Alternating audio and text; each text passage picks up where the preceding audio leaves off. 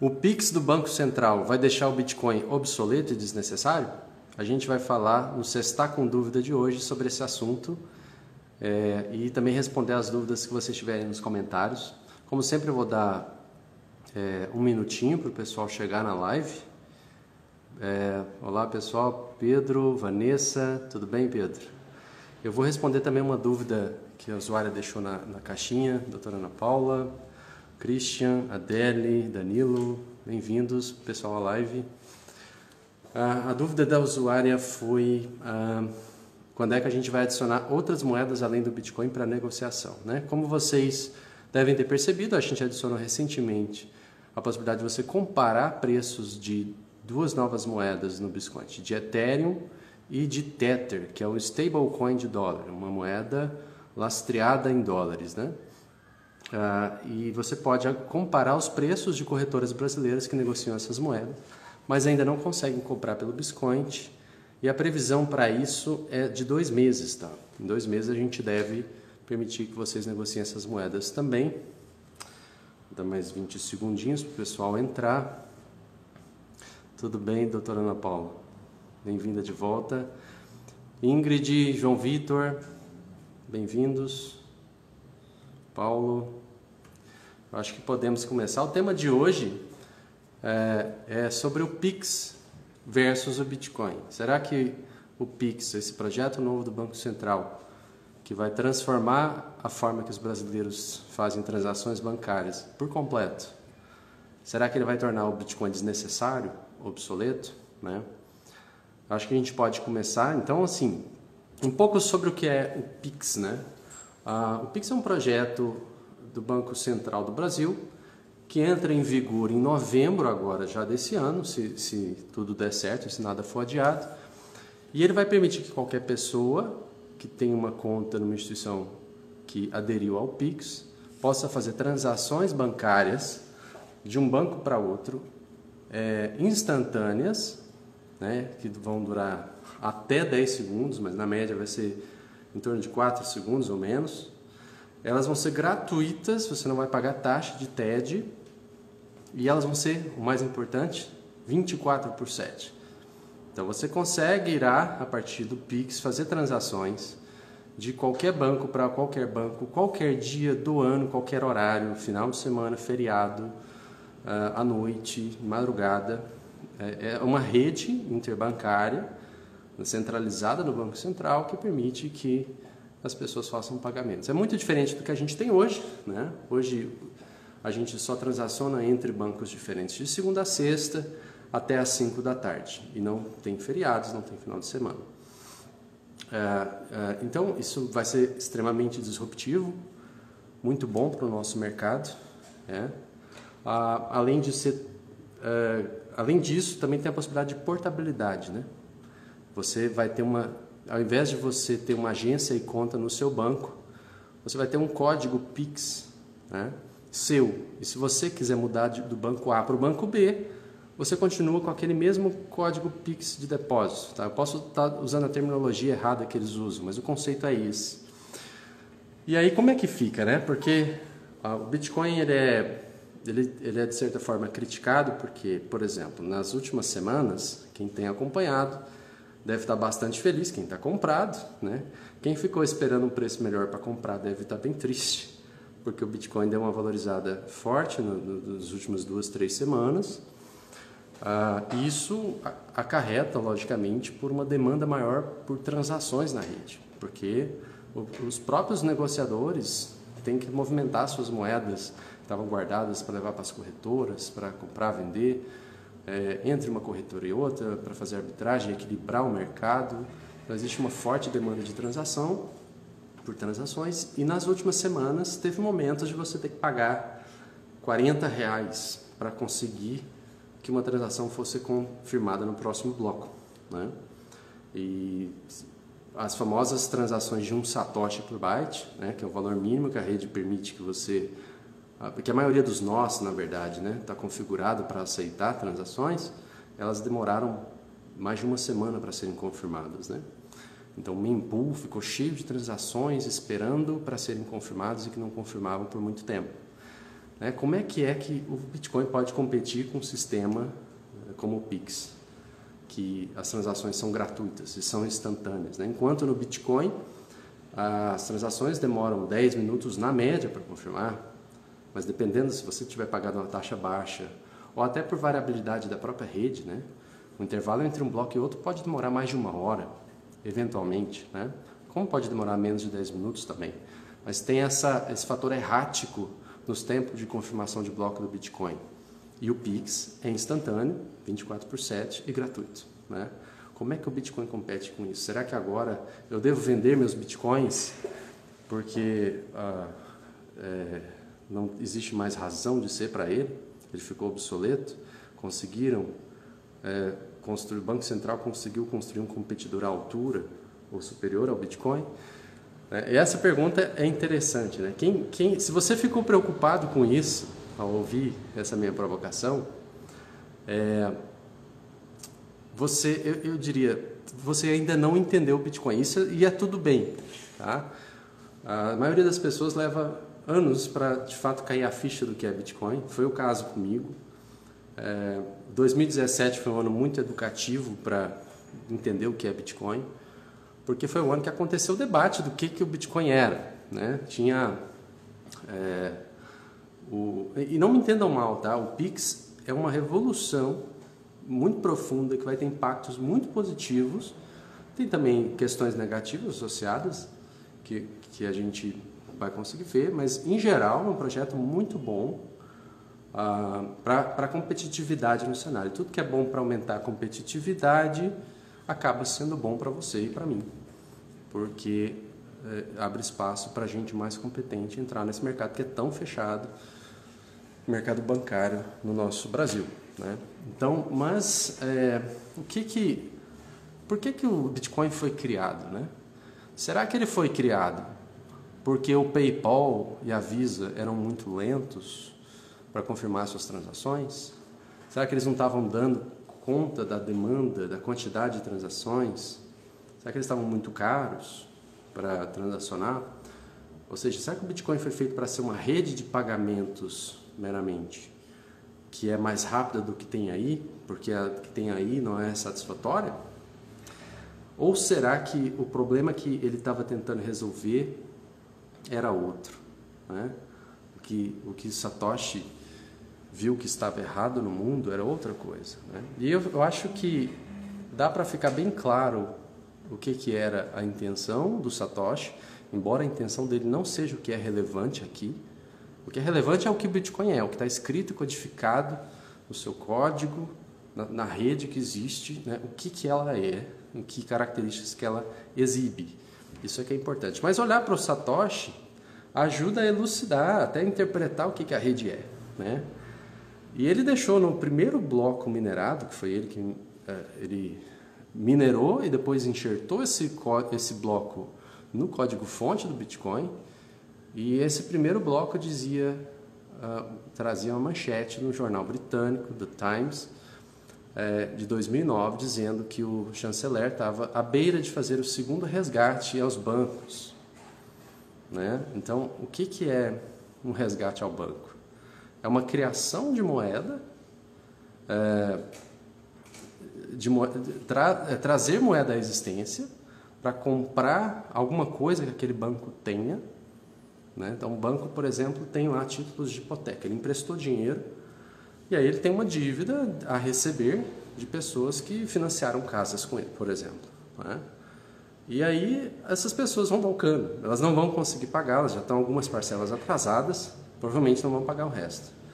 O Banco Central fala o seguinte: deixa comigo, eu crio aqui dinheiro na sua conta, digito lá no computador quantos bilhões você precisa aí, quantos bilhões em contratos de hipotecas inadimplentes você tem. Ok, eu crio aqui, você me dá esses contratos, agora eles são um ativo meu do Banco Central. E o banco ganha dinheiro limpinho, novinho, a dívida não é mais com ele, e o Banco Central está com esse a receber aí das pessoas que provavelmente não vão pagar. Então, o que é que estava errado com o Bitcoin? Será que o problema era a falta de uma rede de pagamentos rápida e eficiente né? E isso até remete à discussão maior assim, desse termo assim, ó, os bancos centrais vão criar suas moedas, suas criptomoedas, suas moedas virtuais, né? Tem até um termo para isso, que o Banco Internacional de Liquidações, né, o BID, Bank of International Settlements, que é tipo o banco dos bancos centrais, né? Ele escreveu um paper explicando que é esse termo, a necessidade de fazer um enfrentamento a essa ameaça das criptomoedas e tal, não sei o quê. E a ideia é que se o Banco Central criar uma criptomoeda, o Bitcoin de repente fica obsoleto. E fala, pronto, todo mundo volta para casa, porque agora eles já conseguiram criar... Meu computador bloqueou aqui. Eles já conseguiram criar uma criptomoeda. Então, por que você vai querer usar essa criptomoeda que tem as transações caras, que a confirmação é lenta, se você pode usar uma criptomoeda do seu país, do Banco Central, que com transações instantâneas, gratuitas e tudo mais, né? E é uma coisa interessante, né? Assim, alguns países já iniciaram o desenvolvimento disso, né? E sempre eles iniciam o desenvolvimento, eu nunca vi um terminar. E até o próprio Pix tem uma história interessante isso aí. A China, Uruguai, Arábia Saudita, Emirados Árabes, Turquia e Rússia já iniciaram o desenvolvimento de suas próprias moedas, criptomoedas dos seus bancos centrais.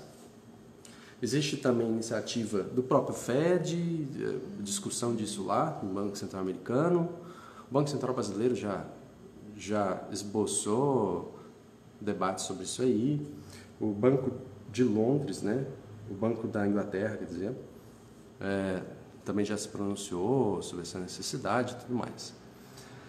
E vamos analisar um pouquinho aqui o Pix contra o Bitcoin. Será que o Pix é um oponente à altura para o Bitcoin? E eu vou dizer o que é a minha opinião, né? Em primeiro lugar, o Pix funciona no âmbito do território brasileiro.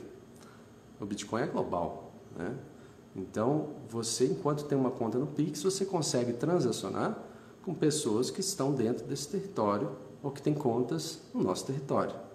Mas se você quiser mandar fundos, né, valores para pessoas em outros mercados, né, e a gente, pessoa física, tende a não enxergar a importância desse mercado interfronteira, né?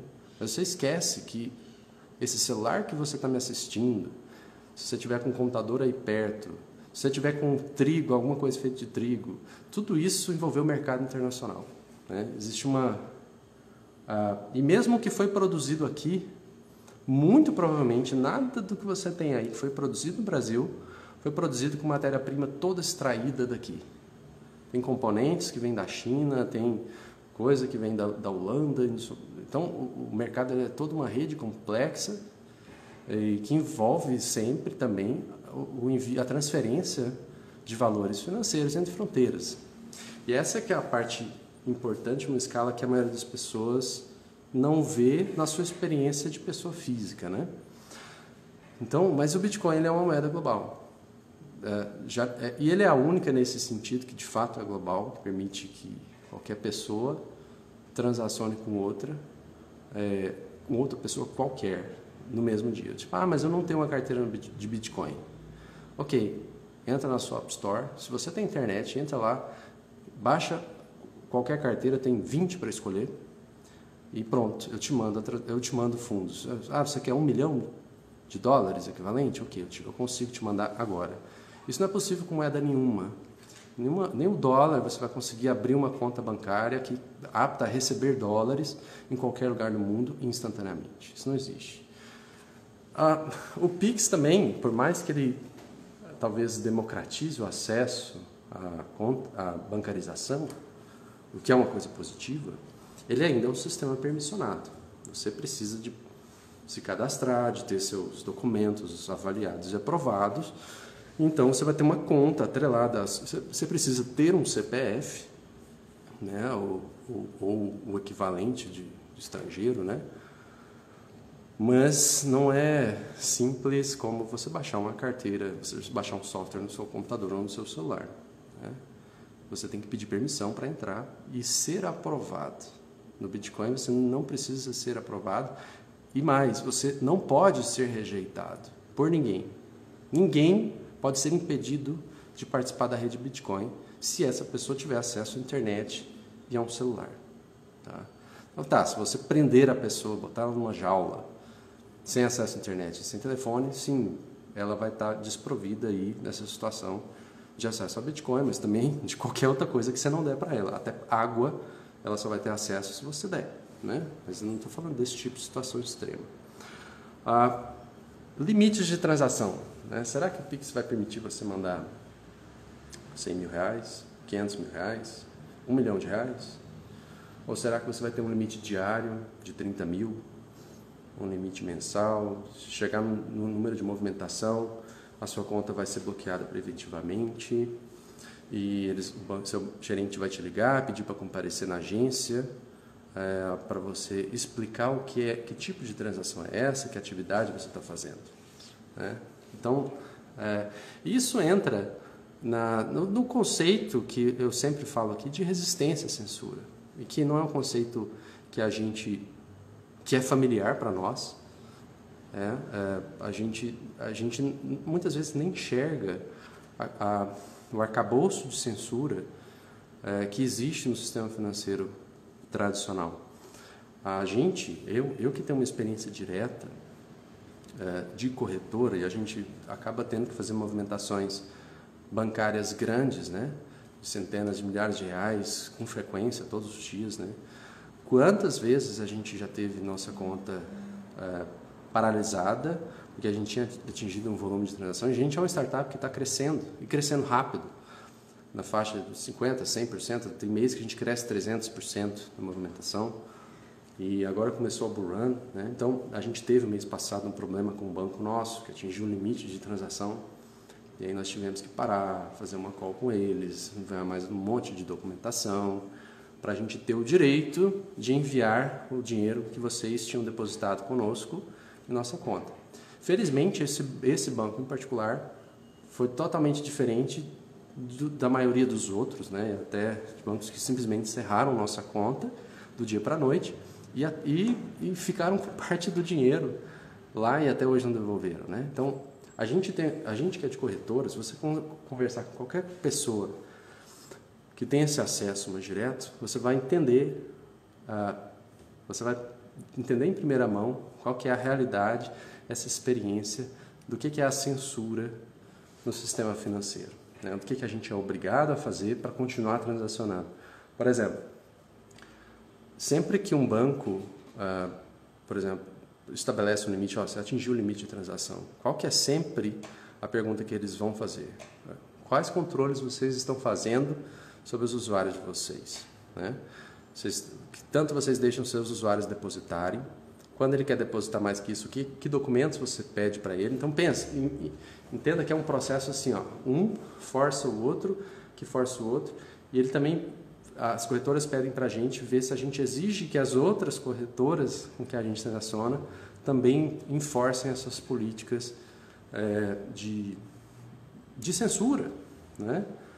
Então, a gente tem o desprazer, né? Eu falo isso abertamente, eu não gosto nem um pouco disso, de quando o usuário atinge um limite, eu falo, olha, você vai ter que me comprovar, e a gente tem esse direito, o que eu acho um absurdo, eu não queria ter esse direito de invadir a privacidade das pessoas. Você vai ter que comprovar que você tem uma renda ou um patrimônio compatível com esse volume que você está querendo transacionar. E aí o usuário manda para a gente um imposto de renda, né? E a gente tem que ler o imposto de renda da pessoa. E o time nosso que faz isso, ele tem que... A gente faz isso assim, constrangido.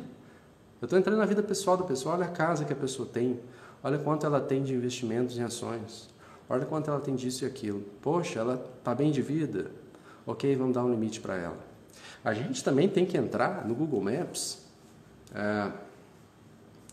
quando o usuário se movimenta uma quantidade grande, a gente tem que entrar e ver se onde ele mora, o endereço que ele forneceu para a gente, parece um endereço compatível com aquele tanto que ele está movimentando. Então, se ele mora na periferia, se ele mora numa favela, ele estiver movimentando uma quantidade maior, ele pode ser um trader, sei lá, eu acho que nosso papel não é de investigador. Né? A gente é uma corretora, a gente quer dar acesso para vocês. Mas é para vocês entenderem o sistema. Sem entrar no mérito de se isso é bom ou é ruim, tá? Mas é como o sistema é. A gente tem que bisbilhotar a vida dos nossos usuários. E forçar que todo mundo que negocia com a gente, quando tem um usuário que fala, eu estou revendendo criptomoeda, ok, vem cá, vamos fazer, responde um questionário aqui para a gente. Eu quero saber se você está aplicando essas mesmas políticas também com os seus clientes aí na ponta. Senão a gente não vai deixar você operar conosco. E é como o sistema funciona e a gente tem que dançar essa música. Não é porque a corretora gosta, não. E a corretora que não fizer isso, ela vai ser desconectada do sistema. Os bancos vão bloquear os limites dela, não vão dar os limites que ela precisa para conseguir operar e tudo mais. Tá? Isso não é só Brasil, tá? Isso é no mundo. As corretoras que mais dão trabalho para a gente são as corretoras internacionais, dos Estados Unidos, especificamente, né? São as mais exigentes, né, nesse sentido. Tanto que você vai ver que muitas dessas corretoras gigantescas, da China, Hong Kong e tal, Japão, elas falam o seguinte, eu não sou um cliente, eu não sou residente nos Estados Unidos. Elas não atendem clientes dos Estados Unidos, porque os Estados Unidos têm esse status de polícia do mundo, né? Então, assim, o Pix, ele tem um controle central. Né? Existe alguém que está no controle total dos seus fundos. Então, ele pode, por exemplo, facilitar o estabelecimento de uma tributação. Isso estou comparando com o Bitcoin. Pensa uma CPMF no Bitcoin. Ele iria requerer... Fazer o CPF no Pix é trivial, como é trivial fazer o CPMF numa conta bancária tradicional. No Bitcoin, ele exigir que você, usuário, reporte mensalmente ou periodicamente as transações que você fez e recolha ativamente os impostos. Enquanto no Pix isso ocorre de forma totalmente passiva. Você movimentou, automaticamente é deduzido da sua conta o valor. Calculado e deduzido, você não precisa fazer nada, que é uma conveniência, mas ao mesmo tempo você não tem remédio, né? Você está à mercê do que eles fizerem. Se eles botaram uma alíquota absurda, tipo 5%, 10%, não tem muito que você possa fazer. E confisco e congelamento, né? É trivial para o Banco Central, agora que o Pix está no sistema de controle completo dele, nem está mais delegado para bancos, é trivial para ele congelar uma conta. Uma ordem judicial que queira bloquear seus fundos, confiscar por um imposto não pago, uma coisa assim. Não que você deva, em qualquer hipótese, tá? Não entenda que eu estou dizendo que é bom que a pessoa não pague seus impostos. Eu jamais diria isso. Mas eu estou comparando... imagine um país onde o governo é tirânico, onde a tributação é injusta. Tá? Não é o Brasil, outro país hipotético. E que as pessoas, ou elas pagam impostos, ou elas sobrevivem. E a escolha delas é essa, né? O Bitcoin vem para dar para essas pessoas a possibilidade de escapar desse tipo de cenário tirânico e totalitário, né? Então, congelamento de conta não existe no Bitcoin. Confisco de fundos, só se você entregar. A única forma de alguém obter seus Bitcoins é se você, voluntariamente, né, ou sob coação, mas é você que tem que fazer, ativamente, entregar os seus Bitcoins. Tá? E também tem um caso de censura mesmo, encerramento de conta. Não, você está desconectado do sistema financeiro. Né? Vou citar o exemplo de hoje aí, né? Olavo de Carvalho. Eu sei lá o que ele está falando, não acompanho o que ele fala. Não sei se o que ele fala é aceitável ou não. Mas eu acho que o princípio de você silenciar uma pessoa cortando os envios voluntários de dinheiro, né? As pessoas que estão dando dinheiro para o Olavo, ou estavam, né? Porque agora não estão mais, o PayPal encerrou a conta do Olavo de Carvalho, né? Elas estão dando de bom grado e voluntariamente. Elas concordam com o que ele fala. Elas acham que o que ele fala tem que continuar cedido, a ponto delas enviarem dinheiro para que ele continue podendo viver de fazer o que ele faz, que é falar o que ele fala, seja lá o que for, tá? Eu não faço ideia do que ele tem falado. Eu ouvi ele a última vez em 2014, enquanto eu ainda me engajava com política, tá? Então, o STF e o Twitter, olha o que é uma conta centralizada. O STF conseguiu silenciar pessoas, também não faço ideia do que falavam, nunca entrei no perfil delas, e ativamente procurei não me informar, porque não é relevante o que elas falam. Em princípio, isso ilustra bem o que a centralização é capaz de fazer, né? Se fosse um sistema descentralizado, se não existisse um escritório em São Paulo com um presidente, com uma estrutura hierárquica, uma pessoa jurídica, um CNPJ constituído, uma conta bancária, né? Se não existisse isso, como é que o STF faria para fazer uma conta ser cancelada nesse sistema? Ou até se fosse fora do Brasil, tá? Se o Twitter não tivesse escritório no Brasil, não tivesse CNPJ, conta bancária nem nada, o que o STF poderia fazer? Então entenda, assim, não dá para comparar Bitcoin com Pix. Não estou dizendo que o Pix é ruim. Se você comparar o Pix com o sistema atual, ele é excelente. Eu vejo quase só pontos positivos. E o principal, né? O Bitcoin não pode ser inflacionado, né? O Pix é um sistema de pagamentos que permite o envio e armazenamento, custódia de reais. E os reais não só podem ser inflacionados, como devem ser inflacionados. Existe meta de inflação. E a maioria das pessoas também não realiza que uma meta de inflação ela é totalmente antinatural. Porque o que é natural? Numa economia que tem aumento progressivo na produtividade, que é o nosso caso, né? O caso da humanidade. Você tem aumentado a produtividade a passos larguíssimos, especialmente agora que tudo está sendo digitalizado, né? Qual que é o normal? Se você tem uma quantidade de moeda fixa e a quantidade de bens produzidos está aumentando exponencialmente, o normal é deflação, é a passos largos. O que é deflação? É a coisa ficar cada vez mais barata. Então é o que a gente vê com eletrônicos, né? Então, você, para comprar um computador Mequetrefe de 20 anos atrás, um Pentium, um 486, você tinha que pagar R$5.000 da época, que seriam hoje, sei lá, R$30.000, certo? Não sei se minhas contas estão certas, mas o ponto é que hoje você tem computadores muito melhores, que naquela época, se você levasse um computador no túnel do tempo, para aquela época você poderia vender talvez por milhões, pela capacidade de computacional que eles têm, e estão mais baratos. Apesar da inflação, ainda caiu de preço, né? Então, a inflação, ela não só ela deprecia o poder de compra da meta da inflação, como ela deprecia o poder de compra do que seria a deflação natural pelo ganho de produtividade. Então, quando você ouve um governo falando que a meta de inflação é 4,5%, igual aqui no Brasil, não sei se eles mudaram recentemente, ainda bota mais uns 10% aí ao ano, que seria o ganho de produtividade. Então, a inflação real que eles estão jogando para nós está em torno de 14%. Então, é muita quantidade de moeda sendo criada. Isso não pode acontecer com o Bitcoin. Você só é vítima da inflação da moeda que você se ancora nela. Quais são as maneiras de se ancorar numa moeda? Tenha poupança nessa moeda. Faça sua poupança nessa moeda, né? Você vai ser vítima de uma criação de mais unidades dessa moeda. 2, tenha seus rendimentos atrelados àquela moeda, definidos no montante naquela moeda.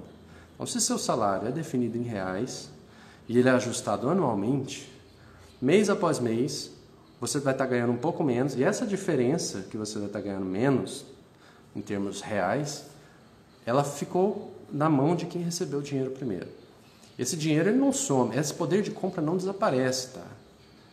Ele é transferido de você para outra pessoa que está recebendo esses novos reais sendo criados, tá? Então, isso não acontece com o Bitcoin. O Bitcoin ele é deflacionário em termos de preço, naturalmente, por ser uma quantidade finita e pela produtividade estar aumentando, você naturalmente tem os preços das coisas em Bitcoin caindo como tendência, né? Não é o caso nesse momento. Nesse momento, isso está num processo hiperacelerado, né? Então, o preço das coisas em Bitcoin está caindo muito rápido, está caindo 100% só nos últimos 6 meses, né? Está caindo pela metade, não é caindo 100%, não, caindo 100%. E porque o Bitcoin está também num processo de monetização. A gente está vendo um ativo se tornar dinheiro, um ativo que não era visto, reconhecido e usado como reserva de valor pelas pessoas, passando a sê-lo. E esse processo incorre numa apreciação desse ativo, que aí o espelho disso é os bens que ele compra estão caindo de preço, né?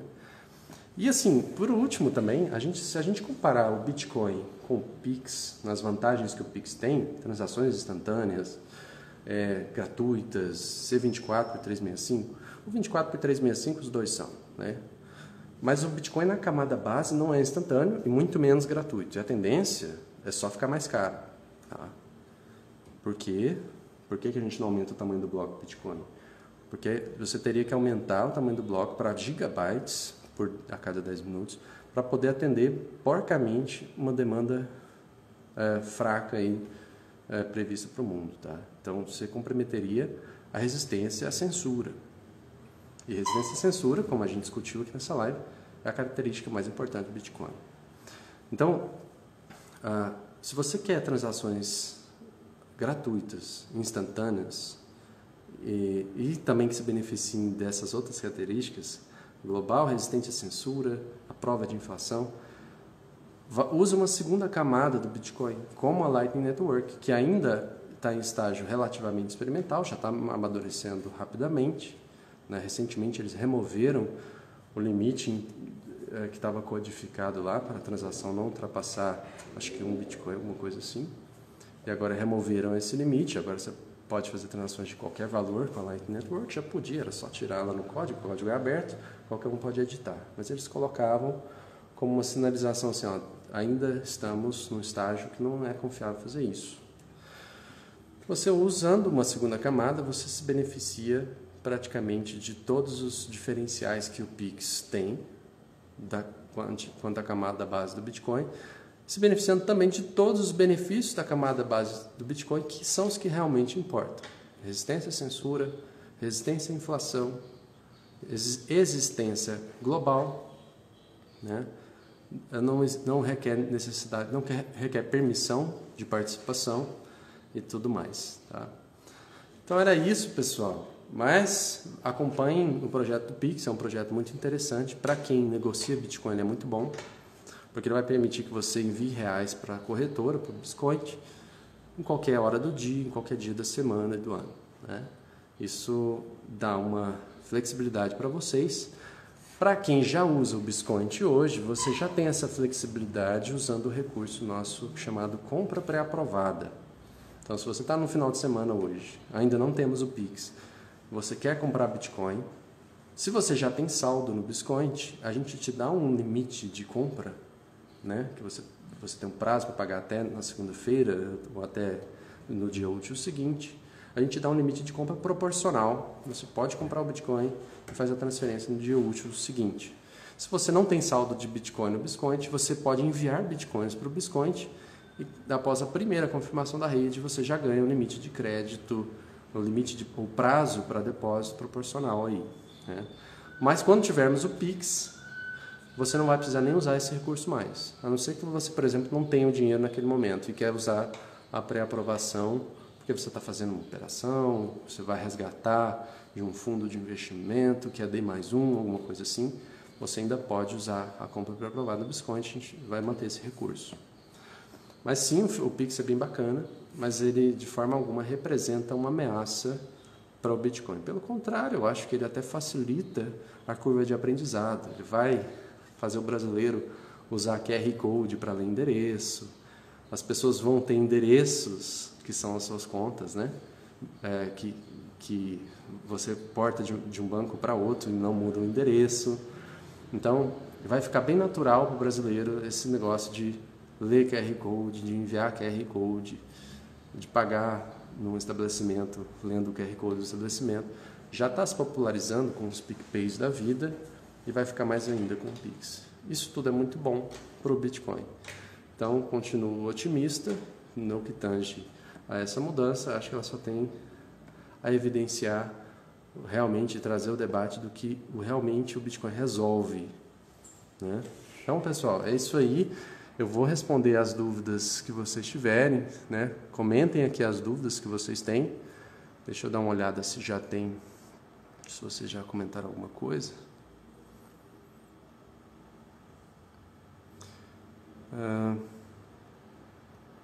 Tem um comentário aqui, acho que não, Bitcoin todo mundo aceita. Talvez, Pedro, você estava dizendo alguma coisa que eu comentei? Estou muito triste. Acho que o Pedro estava comentando na minha live. Eu não consegui acompanhar durante. Por que o governo quer taxar as transações? Bom, é uma forma de aumentar a arrecadação, né? O governo está precisando desesperadamente aumentar a arrecadação. Esse ano, os gastos do governo excederam a arrecadação uma quantidade muito grande. Nosso déficit, né, que é essa diferença, aumentou brutalmente, né, estratosfericamente. E muito por causa do coronavírus, né, que tanto diminui a arrecadação, não devia ter dito essa palavra, agora talvez o Instagram não vai deixar eu salvar a live, isso já aconteceu antes. E diminui a arrecadação e aumenta os gastos, porque tem todos os auxílios, os empréstimos, os programas de governo para aliviar os efeitos da crise, né? Então, por isso está tendo muito déficit e essa conta tem que ser paga. O governo ele contrai dívida com uma promessa de pagamento num dia futuro, né? E ou ele monetiza a dívida, ou seja, faz a moeda desvalorizar e aí a dívida que é denominada naquela moeda também desaparece com isso. É um jeito mais silencioso e sombrio de dar calote. Ou ele paga a dívida aumentando a arrecadação, cobrando impostos da gente. E a CPMF é uma forma muito prática de você garantir que o imposto seja cobrado, né? Ele não incorre num custo de apuração por parte das pessoas, ele simplesmente é deduzido da sua conta automaticamente, né? Então, ele não aumenta o custo arrecadatório, o custo contábil do Brasil, que já é gigante, é o maior do mundo, é o país mais caro do planeta para se apurar impostos. E a gente tem vivido isso aqui e estamos impressionados. Eu não tinha noção que era... Olha que eu trabalhava eu vim de uma empresa que mexia com notas fiscais. Então, estou impressionado com a complexidade tributária do Brasil. Você acredita que um dia o Bitcoin pode chegar a valer $1 milhão?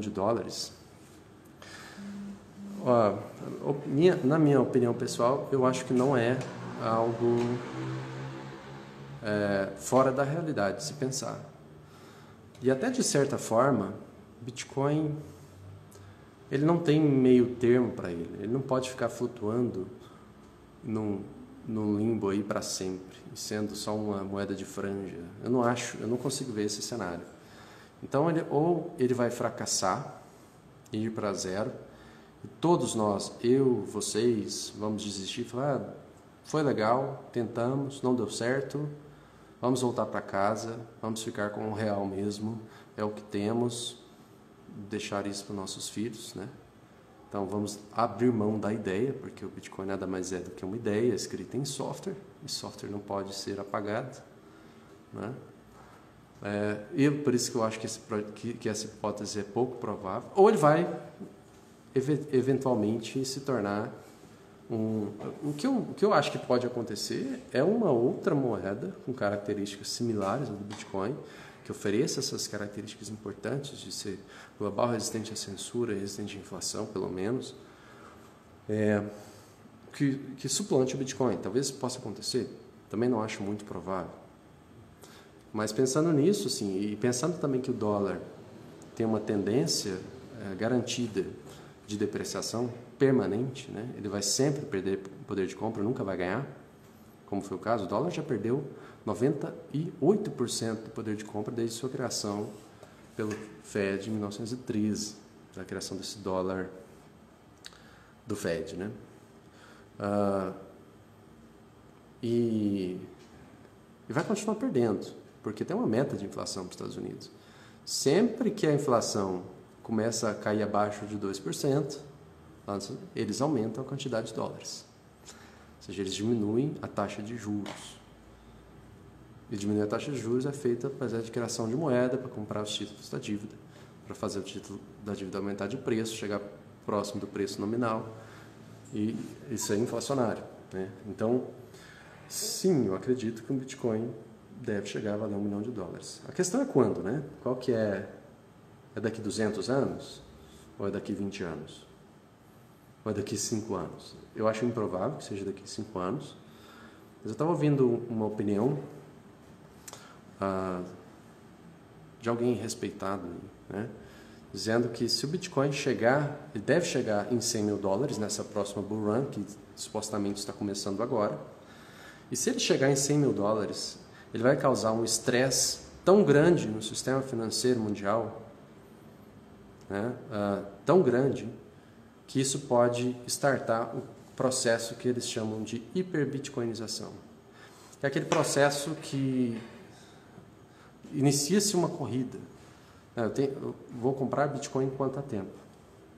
E talvez uma corrida até que tem como participantes um Banco Central. Porque imagina se a China anuncia para o mundo, ou secretamente o mundo começa a perceber, começa a estocar Bitcoins. O Banco Central da China, o Banco Popular da China, né? Começa a comprar Bitcoins. Aí tem 500 mil Bitcoins, 1 milhão de Bitcoins. Será que o Fed vai olhar para isso e falar assim, não, deixa eles, estão comprando uma moedinha de mentira? Ou será que o prédio, não, por garantia, eu também vou comprar um pouquinho, né? Então, esse processo, essa possibilidade dos bancos centrais começarem a diversificar a sua balança de pagamentos, botando no seu ativo o Bitcoin, seria um estopim desse processo de hiperbitcoinização também, né? Então, acho que tem muita coisa que pode acontecer. O Mastermind Memes diz, Bisconte é muito bom, parabéns. Cara, obrigado.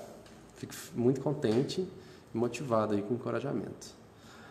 Expectativa do BTC de chegar a $17 mil? Olha, eu acho muito difícil fazer previsão, né? Eu estava fazendo uma aqui, né? É uma opinião que eu acho que o Bitcoin tem potencial para chegar em $1 milhão. Então, certamente, ele pode chegar a 17 mil.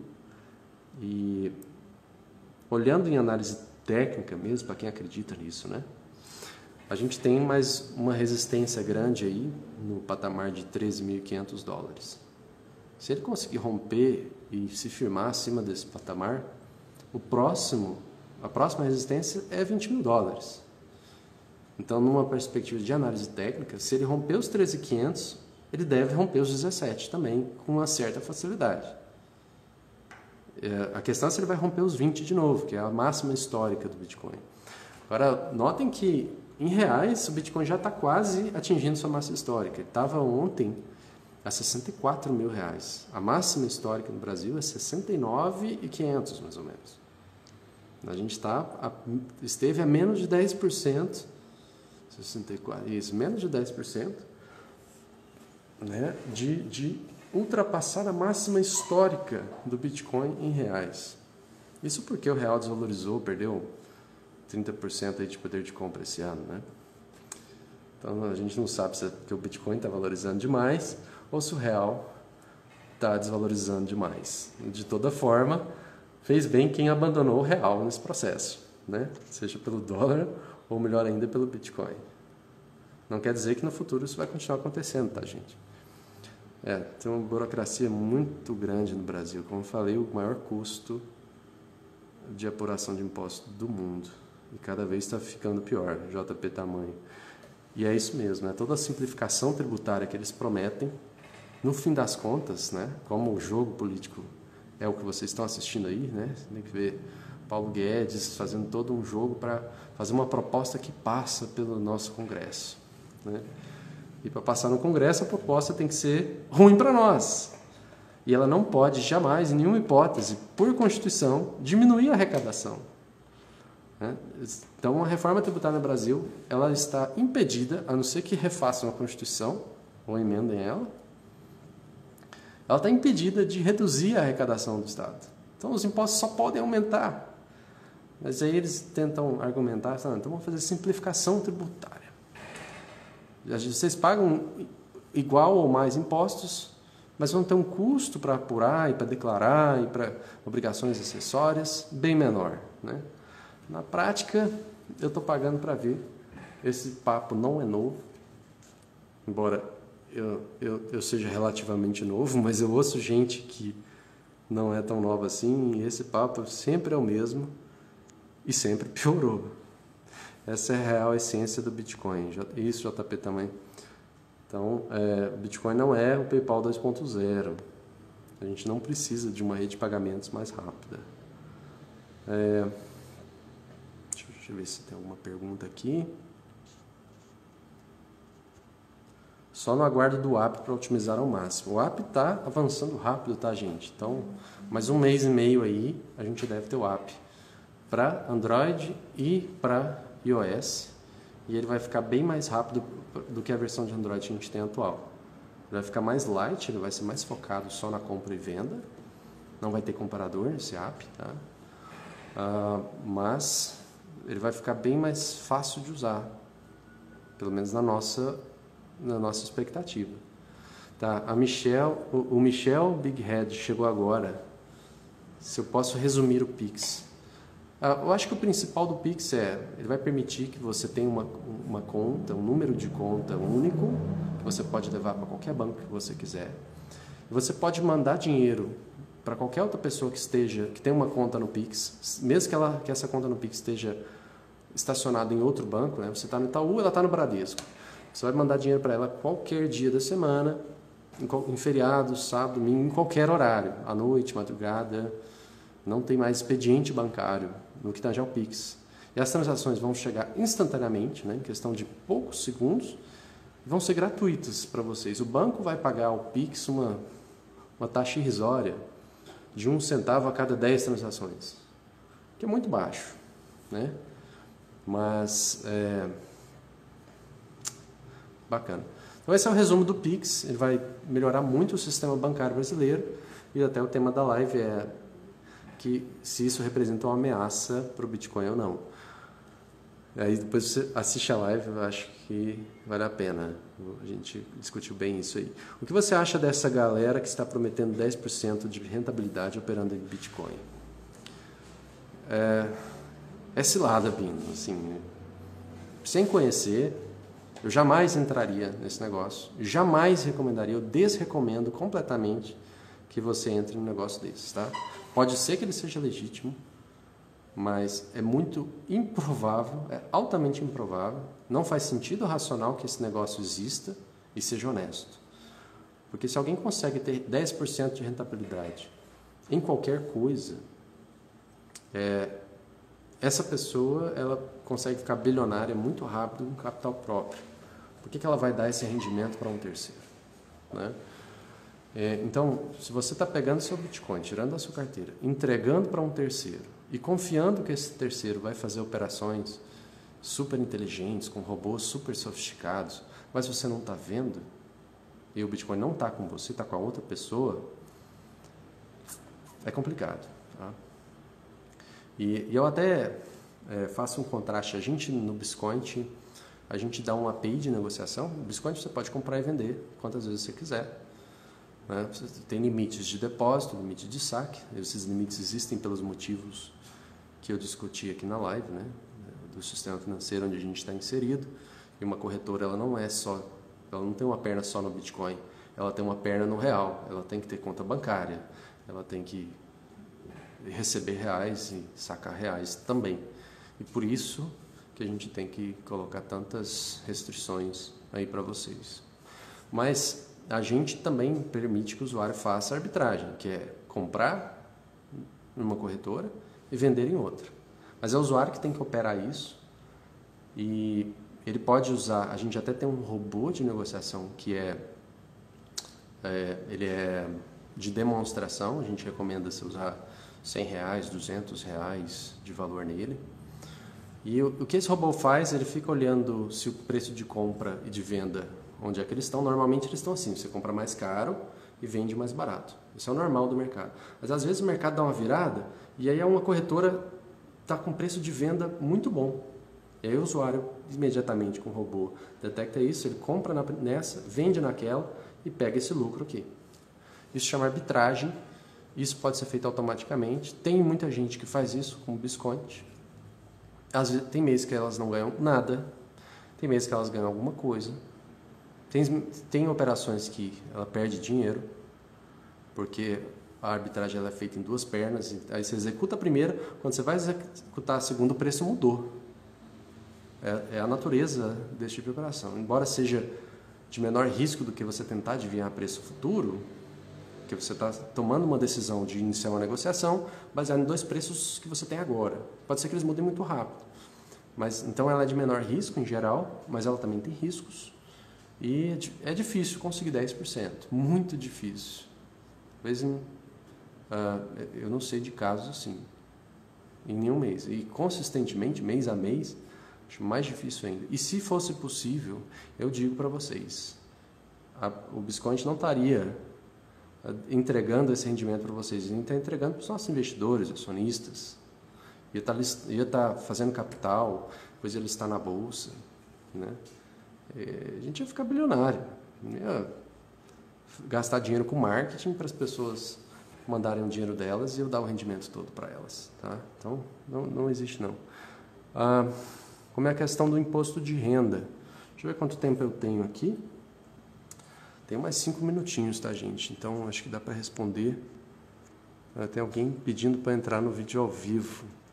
Mas eu tenho pensado em fazer algum programa que eu chamo um de vocês, principalmente o pessoal que está sempre nas lives aqui, para a gente conversar, para eu entender como é que vocês usam o Biscoint, que dúvidas vocês têm, tentar responder, né? A gente se conhecer melhor, deixar o pessoal conhecer também como pensa o nosso usuário, né? Mas vamos pensar alguma coisa assim. Como é a questão do imposto de renda? O imposto de renda é muito parecido com o imposto de renda de ações. Você tem que pagar ganho de capital se você teve ganho de capital. Então você fez operações de compra, vamos dizer que você fez múltiplas operações, e um dia resolveu vender. Se no mês a quantidade que você vendeu de bitcoins exceder 35 mil reais, igualar o exceder, né? Se for 34.999,99, você está isento de recolher impostos, mesmo que você tenha tido um ganho de capital de 99%. Tá?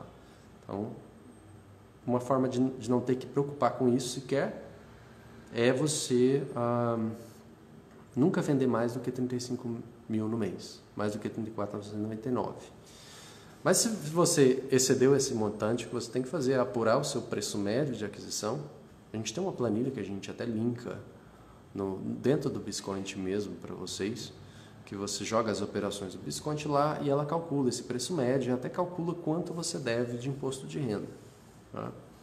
Então, você calcula o seu preço médio de aquisição, pega o preço de alienação, que é o preço que você vendeu, essa diferença é o seu ganho de capital, em percentual, né? Então você vai pagar 15% sobre o que você ganhou. Se o seu lucro foi de R$1.000, você tem que fazer uma DARF, né, com um código especial, se eu não me engano é 4.600. A gente tem isso no artigo da base de conhecimento. Mas enfim, tem uma DARF, você tem que recolher uma DARF até o 30º dia, até o último dia do mês subsequente ao mês onde você teve esse ganho, e pagar até o mês seguinte. Tá? Então tem imposto de renda quando você vende bitcoins. Então se você está só comprando bitcoin e só acumulando, como se você é holder, está stacking sats, você não tem que se preocupar agora. Você vai se preocupar quando o Bitcoin estiver valendo $1 milhão, né? Se ele chegar nisso aí, e você tiver que vender, aí você vai ter que entregar praticamente 15% do seu patrimônio em Bitcoins para a Receita do Brasil, se você ainda estiver aqui. Se você estiver fora também, tá? Enfim, mas aí vai ser outra situação. E como diz, só paga imposto quem não tem dinheiro, né?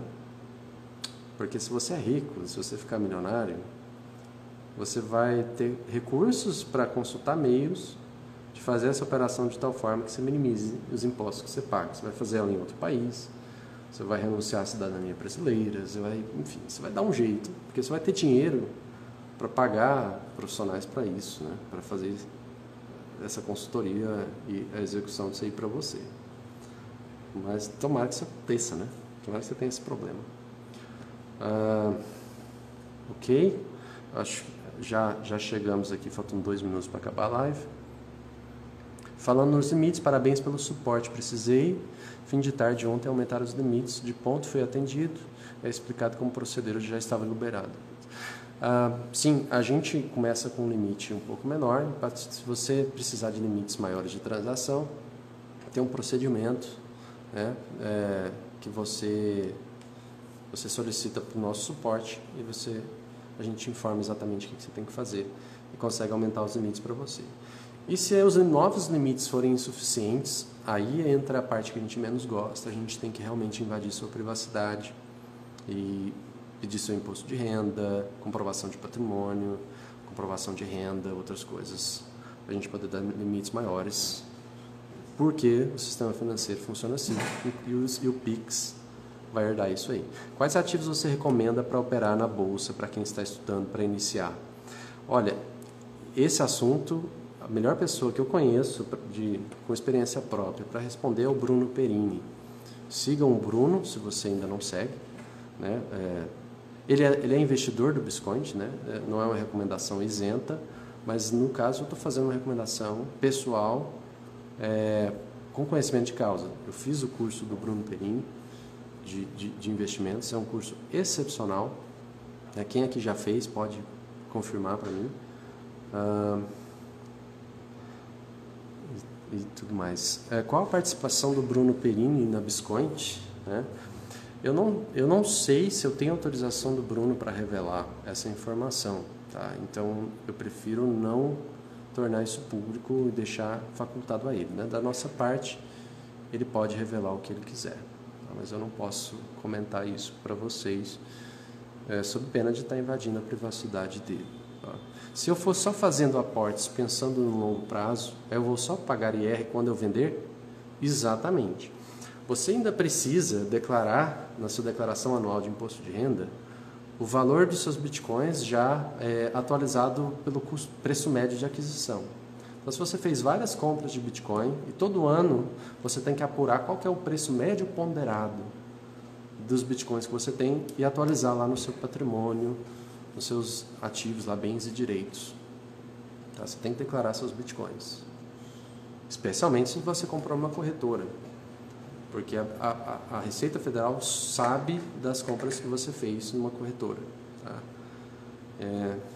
Então, tome cuidado, não esqueça de declarar, especialmente se a quantia que você tem é superior a R$5.000. Se está abaixo de 5.000, é debatível se você tem a obrigação de declarar ou não, porque tem leis antigas aí, ou entendimentos antigos, aplicados a outros contextos que previam isenção. Assim, você não precisa declarar se o que você tem valor inferior a R$5.000, não. Tá? A doutora Ana Paula, fiz o curso do Bruno Perini, um ótimo curso, né? Se você falar com mais pessoas, provavelmente você vai ouvir esse mesmo depoimento. Tá? Muito bom. E ele compartilha muito conteúdo gratuito no canal do YouTube dele também. Recomendo que vocês acompanhem para aprender sobre o mercado acionário e principalmente para pegar opiniões mais atualizadas sobre o investimento em bolsa. Ele já disse que tem coparticipação na empresa, mas não ficou claro se era majoritário ou em menor percentual. Eu não poderia revelar isso para vocês, tá, gente? Isso é da privacidade financeira até a dele, né? Ele pode fazê-lo. Ok, o Instagram já está me expulsando aqui. Já temos 1 hora de live. Foi ótimo mais uma vez. Na sexta-feira que vem estamos de volta. Vão sugerindo temas no direct ali, tá? O que vocês querem que a gente fale. Ideias também da gente trazer convidados. Tudo isso a gente compila e leva em consideração. Um abraço, bom final de semana e até a próxima. Tchau, tchau.